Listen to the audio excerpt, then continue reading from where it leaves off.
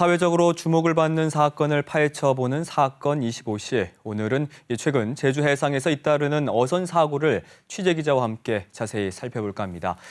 이 자리에 김가람 기자 나와 있습니다. 안녕하십니까? 네, 안녕하세요. 네.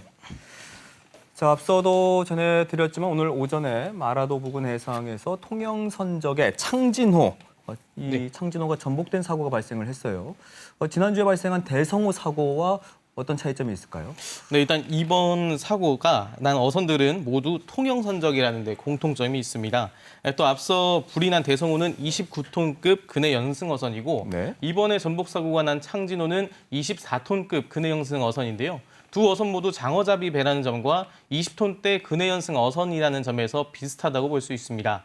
하지만 대성호는 선원 12명 가운데 1명만 숨진 채 발견됐고 다른 선원들은 모두 실종 상태고요. 이 창진호는 선원 14명 가운데 3명이 숨졌고 1명이 실종됐지만 10명은 구조된 상태입니다. 이 창진호의 인명피해가 비교적 적었다고 볼 수 있는데요. 차이는 바로 화재 사고냐 전복 사고냐라는 이 사고 유형에서 갈린 것으로 보입니다. 사고 유형에서 좀 차이점이 있다라고 말씀해 주셨는데 그럼 오늘 일어난 그 창진호 사고에서 상대적으로 인명피해가 적었던 이유 어디에 있다고 볼 수 있을까요? 네, 오늘 이 KBS 취재기자가 이 창진호의 생존 선원을 직접 만나서 이야기를 들어봤습니다. 이 사고 당시 상황을 전해 들었는데요. 네. 이 선에 따르면 이 기관실에 있었는데 갑자기 바람이 많이 불고 파도가 높게 치면서 한꺼번에 많은 양의 물이 들어와서 밖으로 나가봤더니 배가 한쪽으로 기울었다 이렇게 말했습니다. 그래서 이 선원들이 바로 구명조끼를 착용했고 이 선장은 계속해서 구조 요청을 보냈다고 하는데요.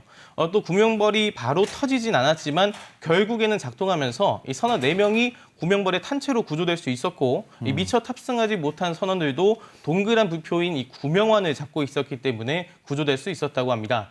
결국 대피를 준비할 수 있었느냐 없었느냐의 차이라고 할 수 있겠습니다. 그렇다면 대성호의 인명피해가 컸던 이유는 미처 대비하지 못해서였다라고 볼 수 있겠네요. 네, 아직까지 생존자가 확인되지 않았기 때문에 섣불리 말할 수는 없지만 아무래도 미처 대비할 시간이 적었던 것으로 추정은 되고 있습니다. 해경에 따르면 대성호의 자동 선박 식별 장치 신호가 마지막으로 잡힌 것은 지난 19일 새벽 4시 15분쯤이고요. 해경은 이때부터 오전 7시 사이에 대성호에 불이 난 것으로 보고 있습니다. 그런데 통상적으로 이 시간에는 연승어선의 특성상 바닥에 이제 낚싯줄을 던져놓고 잠시 눈을 붙이는 시간이라고 합니다. 따라서 이 대성호의 경우에는 구조 요청을 할 새도 없이 순식간에 불이 퍼지면서 피해가 커진 것이 아닌가 이렇게 추정되고 있습니다. 특히 또 대성호 사고에서 유일하게 발견된 사망자도 이 당시 작업복이 아닌 간편한 운동복 차림이었고 당시 구명조끼를 입고 있지 않았던 점 그리고 화상에 의한 사망이 아니라 익사 때문에 숨진 것으로 보인다는 부검 결과도 이러한 추측을 뒷받침하고 있습니다. 네. 그런데 불이 났다고 하더라도 미처 대비하고 피하지 못할 정도로 순식간에 번졌다라고 한다면 그렇죠. 그 어선의 재질도 영향을 미쳤다고 볼 수 있겠어요. 네, 맞습니다. 이번에 불이 난 대성호는 FRP 재질로 건조가 됐는데요. 이 FRP는 우리말로 하면 섬유강화 플라스틱입니다. 이 소재의 장점은 비교적 저렴하고 가벼운 데다 이 부식에도 강한 것으로 알려져 있는데요. 하지만 이 외부 충격과 화재에는 매우 취약한 단점을 갖고 있는 것이 문제입니다.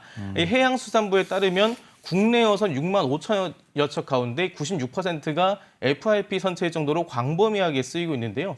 그만큼 어선들이 화재에는 취약할 수밖에 없다는 이야기입니다. 특히 해경에 따르면 2012년부터 2016년까지 우리나라에서 발생한 화재 피해 선박 약 500척 가운데 60%가 넘는 300여 척이 FRP 재질 선박일 정도라고 합니다. 이에 따라서 이 해양수산부에서는 2014년부터 이 선체의 화재 예방용 페인트 사용을 의무화하고는 있지만 이번 대성호의 사례처럼 이전에 만들어진 배는 적용 대상이 아니기 때문에 화재에 취약할 수밖에 없다고 할 수 있겠습니다. 그렇군요. 그렇다면 현재 대성호의 화재 원인 혹시 지금 파악되고 있습니까? 네, 이 대성호는 당시 불이 나면서 이 선체가 두 동강이 났는데요. 선미 부분은 수중에 표류했고 선수 부분은 지금 가라앉은 상태로 추정이 됩니다. 해경에서는 화재 원인을 파악하기 위해서 일단 선미 부분을 인양했는데요. 네. 나쁜 기상 상황 때문에 두 차례나 중단된 끝에 결국 사고 닷새 만인 지난 20일 오전 선미 부분을 인양했고 지난 주말 서귀포시 화순항에 해경 전용 부두로 옮겼습니다. 인양된 선미 부분은 전체 길이 26m에 약 3분의 1가량인 8m 남짓한 크기로 이 붉은색 밑바닥을 제외하고는 형체를 알아보기 힘들 정도로 불에 타버린 상태였는데요. 해경은 국과수 등 여러 기관과 함께 1차 감식을 벌였는데 이 선미에서는 발화 흔적이 발견되지 않았습니다. 또 실종 선원의 생체 조직이나 물품도 확인되지 않은 것으로 전해졌습니다. 네. 결국에는 뱃머리 쪽을 감식을 해봐야 정확한 화재 원인을 추정할 수가 있겠네요. 네, 그렇습니다. 현재로서는 이 앞부분에서 불이 나서 선미 쪽으로 번진 것으로 추정되는 상황인데요. 해경은 기관실 등 주요 장비가 몰려있는 뱃머리 부분을 찾기 위해서 수중 수색을 벌여왔고 어제 오전 대성호 침몰 위치에서 북쪽으로 1.4km 떨어진 수심 82m 부근에서 이 뱃머리로 추정되는 물체를 발견했습니다. 다만 여전히 날씨 상태가 나쁘기 때문에 해경에서는 이 기상 상황이 나아지는 대로 무인 잠수정 등을 투입해서 실제 대성호의 뱃머리 부분인지 여부를 확인할 예정이라고 하는데요. 만약 뱃머리로 확인이 된다면 이 대성호의 화재 원인 파악에 도움이 될 것으로 기대되고 있습니다. 그런데 유독 그 겨울철에 선박 사고가 많이 발생하고 있지 않습니까? 네. 뭐 특별한 이유가 있을까요? 네, 일반적으로 이 겨울철에는 날씨가 나쁜 것으로 알려져 있는데요. 물론 그런 영향이 있겠죠. 특히 이 대륙 고기압과 북서 계절풍의 영향으로 파도가 높고 이 강풍이 부는 날씨가 잦기 때문에 대형 사고의 위험성이 높은 것으로 알려졌습니다. 실제로 계절별 평균 풍랑특보 일수를 보면 겨울철이 8.81로 여름철 2.91에 비해 월등하게 높은 것으로 알려져 있습니다. 또 배안에서 난방기 등 화기 사용이 늘기 때문에 화재에도 취약한 것으로 알려져 있습니다. 이런 사실은 실제 통계에서도 나타나는데요. 중앙해양안전심판원이 2013년부터 2017년까지 분석한 해양사고 통계를 보면 겨울철에는 월 평균 131건의 해양사고가 발생하는 것으로 조사가 됐는데 다른 계절과 비교하면 해양사고 발생 건수 자체는 적지만 화재나 폭발, 이 침몰 등 대형 사고 발생 비율은 높은 것으로 나타났습니다. 화재나 폭발 사고를 보면 겨울철이 26.8%를 차지해 다른 계절보다 높은 것으로 나타났고요. 또 침몰 사고 비율 역시 겨울철이 다른 계절보다 대형 사고 발생 비율이 높은 것으로 집계됐습니다. 여기에 겨울철은 저수온 등의 영향으로 해양 사고 건수에 비해 사망이나 실종 사고 발생 비율이 다른 계절보다 높은 것도 하나의 특징이라고 볼 수 있겠습니다. 자, 그렇다면 사고를 좀 줄이기 위해서 어떤 대책들이 필요할까요?